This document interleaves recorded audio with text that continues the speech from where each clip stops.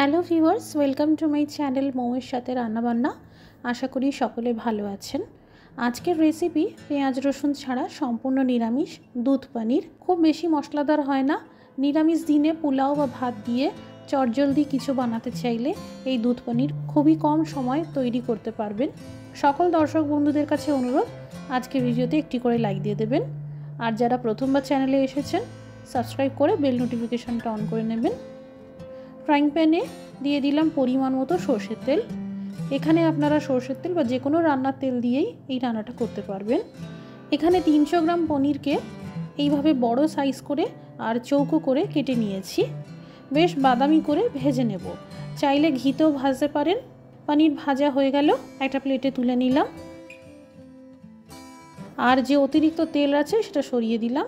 ফোড়নে দিলাম 2টো ফাটানো এলাচ, দারচিনি স্টিক আর সামান্য আস্ত জিরে। এরই সাথে দিয়ে দিলাম আদা ও কাঁচা লঙ্কার পেস্ট। এখানে আমি 1 ইঞ্চি সাইজের আদা আর 4 থেকে 5টা কাঁচা লঙ্কাকে একসাথে বেটে নিয়েছিলাম। 1 চামচ জিরের গুঁড়ো আর 2 চামচ ধনের গুঁড়ো দিলাম।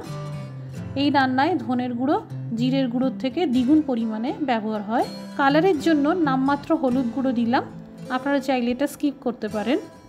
আঁচটা কম রেখেই সামান্য ভেজে নেব। এদিকে একটা মিক্সার জারে দিয়ে দিলাম 2 চামচ পোস্ত। আমি এই রান্নাটা পোস্ত দিয়েই করি, আপনারা পোস্তর পরিবর্তে কাজু বাদাম দিতে পারেন। 2 চামচ গুঁড়ো দুধ দিয়ে দিলাম।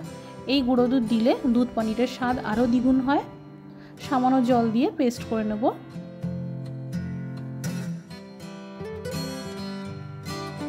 এবার এই পেস্টটা ঢেলে দিলাম। আঁচটা কম থেকে মাঝারিতে করে চারদিক থেকে তেল বেরিয়ে আসা পর্যন্ত ভাজতে হবে। ভালো করে ভাজা হয়ে গেল। এবার আধা কাপ গরম জল দিয়ে দিলাম। প্রথমে ঢাকা চাপা দিয়ে 3-4 মিনিটের জন্য রান্না করে নেব, তাহলে কোনো রকম কাঁচা ভাব থাকবে না। 3-4 মিনিট পর এই ভাজা পনিরের পিসগুলো দিয়ে দিলাম আর আধা কাপ দুধের সাথে আধা কাপ জল মিশিয়ে দিয়ে দিলাম। রুম টেম্পারেচারে রাখা দুধের ব্যবহার করেছি। স্বাদ মতো লবণ দিয়ে দিলাম। দুধ দেওয়ার পর খুব বেশিক্ষণ ফোটাবো না, জাস্ট 3-4 মিনিট রান্না করব। এই দেখুন, ঠিক এই রকম মাখো মাখো রাখবো, তবে আপনারা চাইলে ঝোল রাখতে পারেন। এবার আঁচটা বন্ধ করে দিলাম। সবশেষে সামান্য গরম মশলার গুঁড়ো আর 1 চামচ চিনি দিয়ে দিলাম। তৈরি হয়ে গেল দুধ পনির। এখন নিরামিষ দিনের সাধারণ মেনুকেও করে তুলুন অসাধারণ এই পেঁয়াজ রসুন ছাড়া দুধ পনির দিয়ে। আজকের রেসিপিটি ভালো লাগলে শেয়ার করে দেওয়ার জন্য অনুরোধ রইল। সবাই ভালো থাকুন, সুস্থ থাকুন। Thank you for watching.